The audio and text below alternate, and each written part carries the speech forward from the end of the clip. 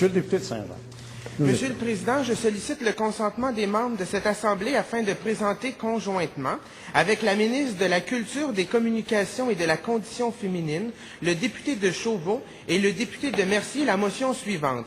Que l'Assemblée nationale du Québec souligne le 150e anniversaire du journal Le Canada français et qu'elle reconnaisse sa contribution exceptionnelle au rayonnement de la ville de Saint-Jean-sur-Richelieu, de la région du Haut-Richelieu et du Québec. Est-ce qu'il y a consentement pour débattre de cette question? Demandez au député de Saint-Jean d'introduire sa motion.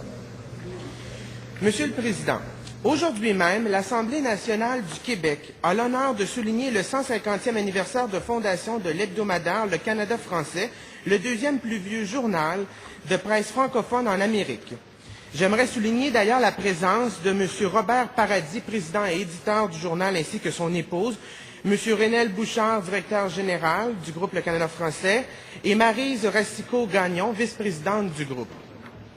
C'est le 1er juin 1860 que la première édition du Franco-Canadien voyait le jour, sous la plume de Charles-Joseph Laberge, avocat et ancien député d'Iberville, ainsi que de Félix-Gabriel Marchand, notaire de profession, ancien député de Saint-Jean, Premier ministre du Québec et l'un de vos illustres prédécesseurs, Monsieur le Président, au poste d'orateur de l'Assemblée nationale. Par la création d'un journal, les deux fondateurs désiraient augmenter l'offre d'information de langue française au pays, trop peu présente à leurs yeux, en donnant aussi une vitrine pour les idées politiques nationalistes libérales de l'époque. Quelques années plus tard, le député de Saint-Jean, Gabriel Marchand, fils de Félix-Gabriel Marchand, joignait sa plume à titre de rédacteur en chef. Depuis 150 ans, la couverture journalistique de ce média indépendant a non seulement su traverser le temps, mais aussi garanti à la population du Haut-Richelieu l'accès à une information rigoureuse et crédible.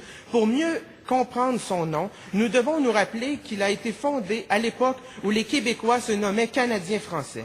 Fidèle à ses origines, le Canada français est toujours demeuré nationaliste. D'ailleurs, lors du référendum de 1980, il demeure l'un des seuls journaux à avoir appuyé ouvertement la campagne du oui.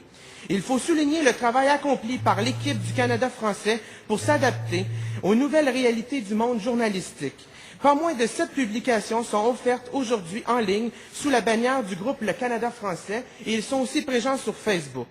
Au fil du temps, plusieurs journalistes et photographes ont participé au sein de l'équipe de cet hebdomadaire. Je m'en voudrais d'ailleurs de ne pas rendre hommage à Jacques Paul, l'un des plus prestigieux photographes de notre région, qui nous a quittés récemment.